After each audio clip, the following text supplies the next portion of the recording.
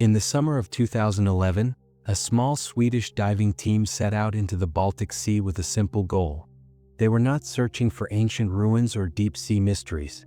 The group, known as Ocean X, was made up of experienced treasure hunters and technical divers.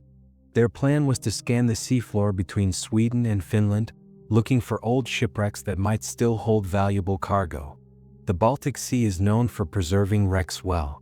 Cold water and low salt slow down decay, leaving centuries-old ships almost frozen in time.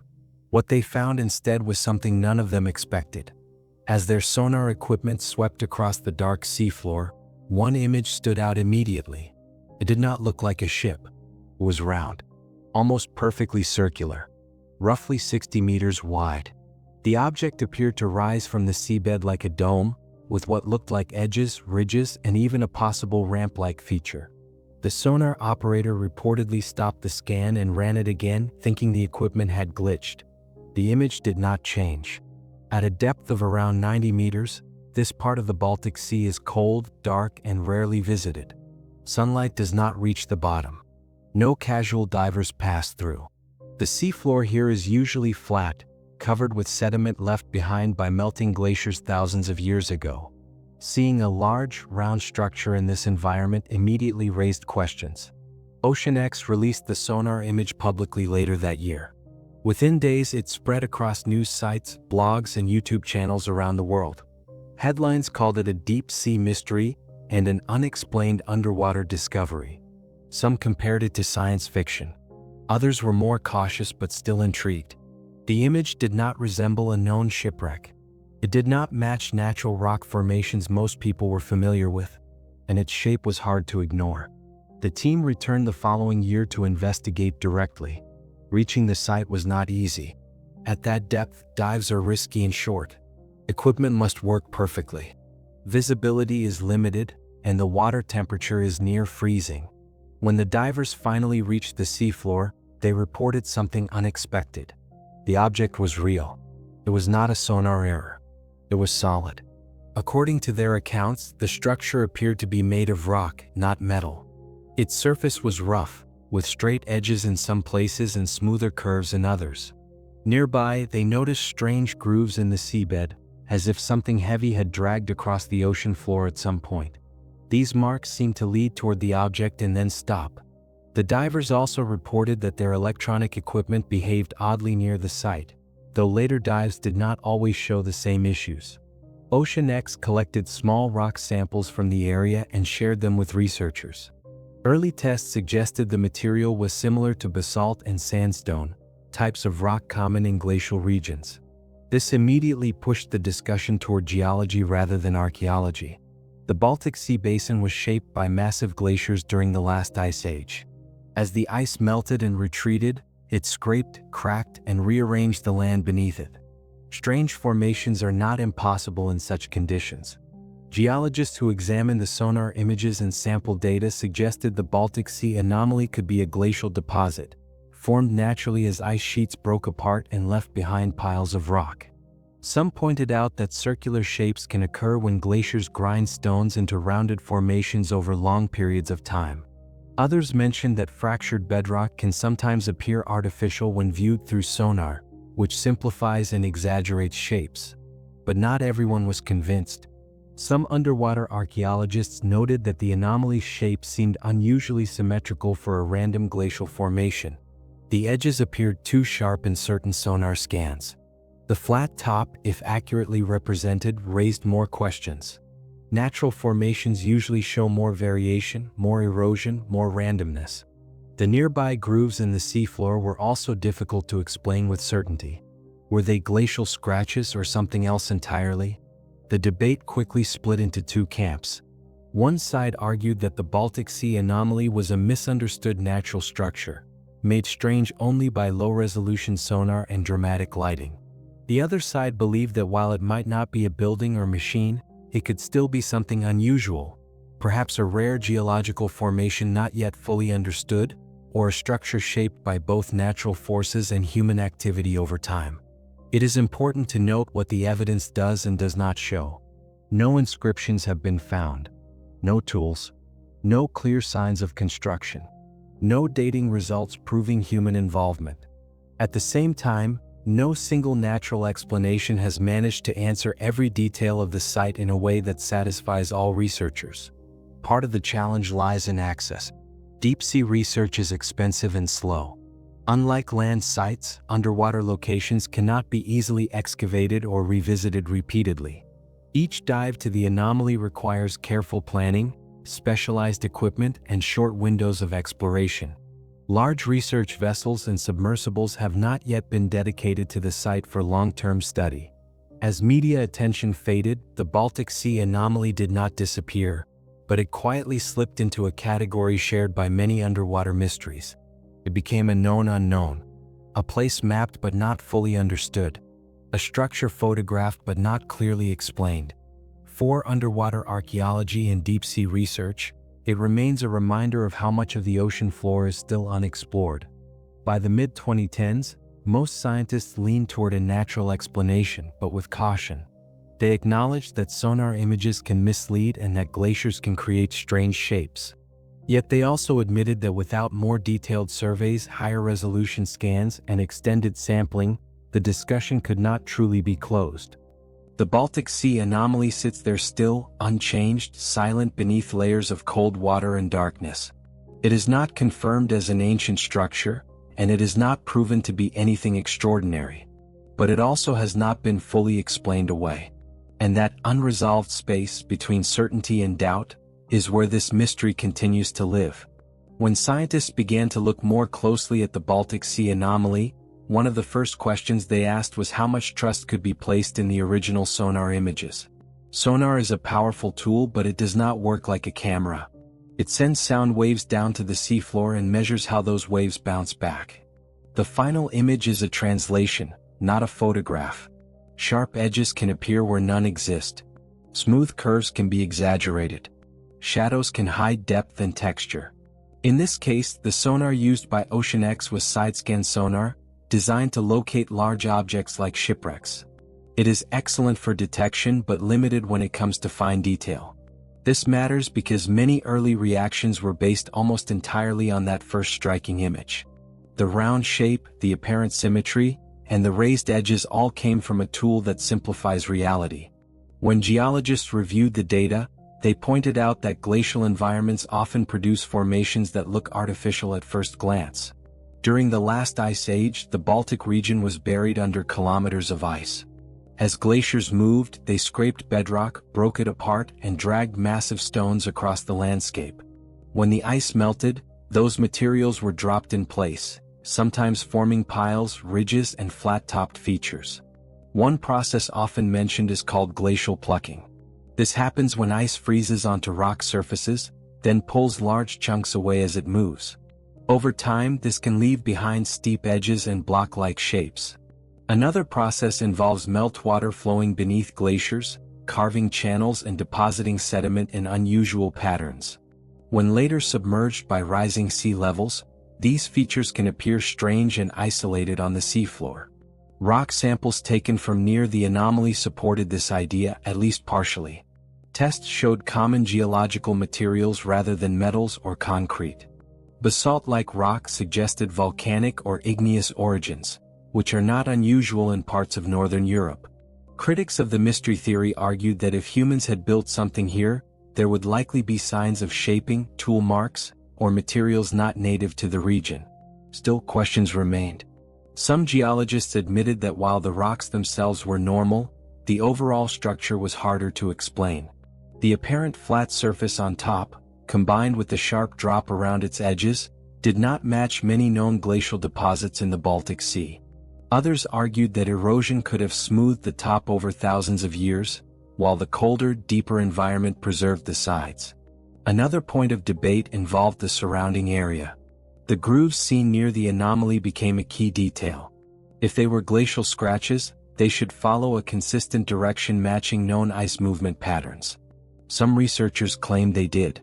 Others said the marks seemed too localized and ended too abruptly. Without a full seabed map of the region, it was difficult to place these features in proper context. Underwater archaeology adds another layer of complexity. If the structure were human-made, it would raise serious historical questions. Around the time this area was last above water, roughly 10,000 to 12,000 years ago, human populations in northern Europe were small, mobile, and focused on hunting and gathering. There is no evidence of large stone construction in the region from that period, especially not at this scale.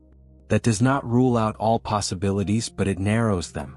Some researchers suggested the anomaly could be a natural formation later used or modified by humans, perhaps as a navigation marker or fishing structure during a brief window when sea levels were lower. However, no artifacts have been found to support this idea. The lack of follow-up research is often misunderstood. It is not that scientists lost interest. It is that deep-sea research competes for limited funding and time.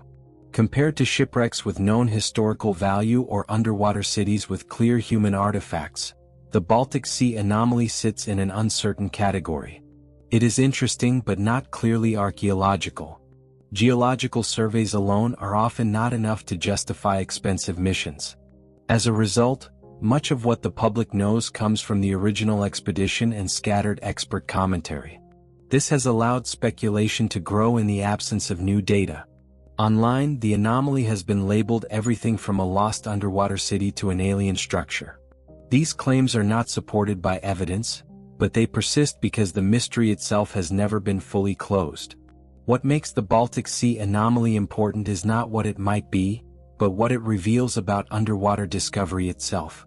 The ocean floor is still largely unmapped. Sonar images can spark global attention before careful analysis catches up.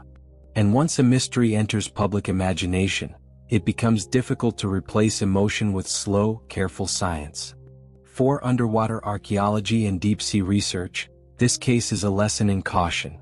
It shows how easily natural formations can appear artificial, and how hard it is to study objects in environments that resist long-term investigation. At the same time, it reminds researchers that unusual does not mean impossible, and that unanswered questions deserve patience, not dismissal. Today, the Baltic Sea anomaly remains where it was found, resting quietly beneath layers of cold water and sediment. It has not changed, but our understanding of it continues to shift slightly as new techniques and better mapping tools emerge. It stands as one of many unexplained ruins and sunken structures that challenge our assumptions about the seafloor. As news of the Baltic Sea anomaly spread beyond scientific circles, the way the story was told began to matter almost as much as the discovery itself. Early articles often relied on a single sonar image, cropped tightly around the circular shape. Without context, scale markers, or comparison to nearby terrain, the object appeared isolated and dramatic. Headlines leaned toward the unknown. Words like unexplained, mysterious, and object became common, even when experts were careful to use terms like formation or feature. This gap between scientific caution and public storytelling created confusion. Many readers assumed that if scientists could not agree on one explanation, then anything was possible. In reality, most researchers were not arguing for something extraordinary. They were pointing out limits of data, limits of resolution, limits of access. Those limits do not make a discovery supernatural or ancient by default. They simply mean more work is needed. Several geologists who commented publicly later said their words were taken out of context. Statements meant to express uncertainty were framed as doubt or disbelief. When a researcher said the structure did not match typical formations they had studied, it was sometimes reported as proof that it could not be natural at all. Over time, careful language was replaced by stronger claims that scientists themselves were not making. OceanX, the team that found the anomaly, played a complicated role in this process. On one hand, they consistently stated that they did not know what the structure was and welcomed scientific input. On the other, their background as treasure hunters and their willingness to speak to media outlets placed them at the center of a fast-moving story. Their dive reports, while genuine, were personal observations made under difficult conditions. These were never meant to serve as final conclusions. As months passed without major updates, the anomaly slowly shifted from news story to internet legend. It began appearing in videos about lost underwater cities and submerged civilizations, often grouped with sites like Yonaguni or Bimini. In these compilations, context was stripped away. The Baltic Sea anomaly became just another image meant to suggest hidden ancient worlds beneath the ocean. What is often missing from those retellings is the broader scientific setting. The Baltic Sea has been studied extensively compared to much of the world's oceans. Thousands of sonar scans have revealed ridges, mounds, and formations shaped by ice and time. Most of them never make headlines. The anomaly stood out because of its shape and isolation, not because it was completely unique. Some later analyses attempted to recreate the sonar image using known geological features. When similar scanning angles and resolutions were applied to natural formations elsewhere, the results were surprisingly close. Flat-topped rocks looked smoother than they were. Shadows created the illusion of sharp edges. Rounded hills appeared almost manufactured when viewed from the right angle. This does not mean the Baltic Sea anomaly has been solved. It means that its most striking feature, the image that captured global attention, may not fully represent the structure itself. Underwater discoveries are often first understood through imperfect tools. Real clarity comes later, through repeated observation and comparison. There is also the question of why some mysteries hold public interest longer than others. The anomaly arrived at a moment when interest in ancient ocean discoveries was growing. Stories about lost cities, sunken structures, and forgotten civilizations were already popular online. The Baltic Sea anomaly fit neatly into that narrative even if the evidence did not. In academic circles, the site is rarely discussed today not because it was disproven, but because there is little new data to analyze. Without additional dives or surveys, opinions remain largely unchanged. Most experts lean toward a natural explanation shaped by glacial forces, while acknowledging that some details remain unclear.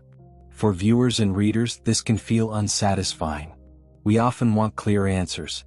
But in underwater archaeology and deep-sea research, uncertainty is common. Many discoveries sit in that space for decades before technology or funding allows deeper study. Some are eventually explained.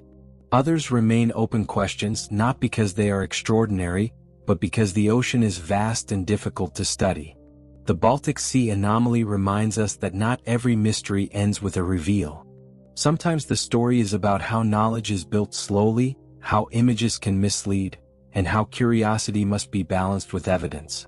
It shows how easily an underwater feature can move from scientific observation to global fascination, and how hard it is to guide that fascination back toward careful understanding. As researchers continue to map the seafloor with better tools and higher resolution, features like this may become easier to interpret. The anomaly may one day be clearly categorized as a known geological formation.